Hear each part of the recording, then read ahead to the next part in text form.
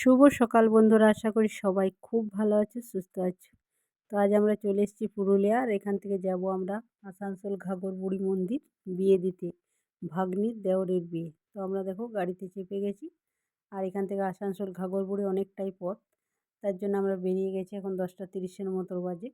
আর এখানে দেখো আমি আর ভাগ্নি বসে পেছনের সিটে, আর সামনে আছে ওর দুই ননদ আর দেওর।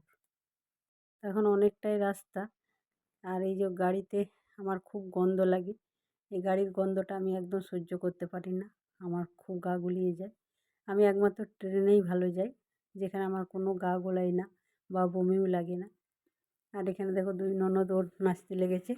তো বলতে বলতে আমরা মন্দিরে পৌঁছে গেছি মায়ের।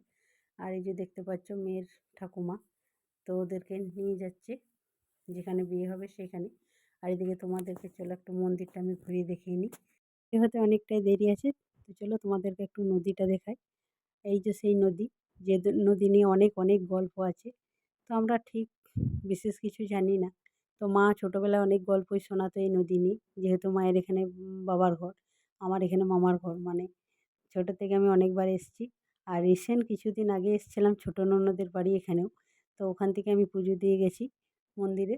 আর এই সেই নদী, এখানে ব্যারিকেড দেওয়া হয়েছে, ভেতর দিকে যাওয়া যাবে না। কারণ এখন কিছু মানুষ আছে, তো সেলফি তুলতে তুলতে এতটাই বিভোর হয়ে যায় যে পড়বো না মরবো কোনোটাই জ্ঞান থাকে না তাদের, তার জন্য এখানে ব্যারিকেড দেওয়া হয়েছে।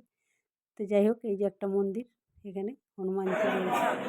চলো এখন পুজো হচ্ছে, সেই পুজোটাই দেখি মানে।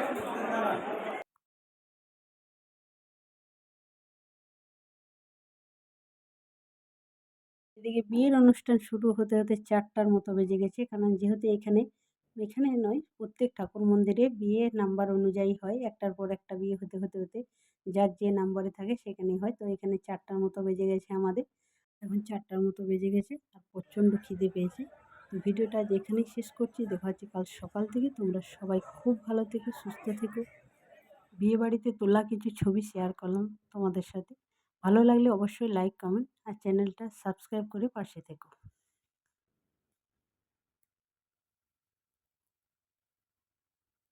মেঘা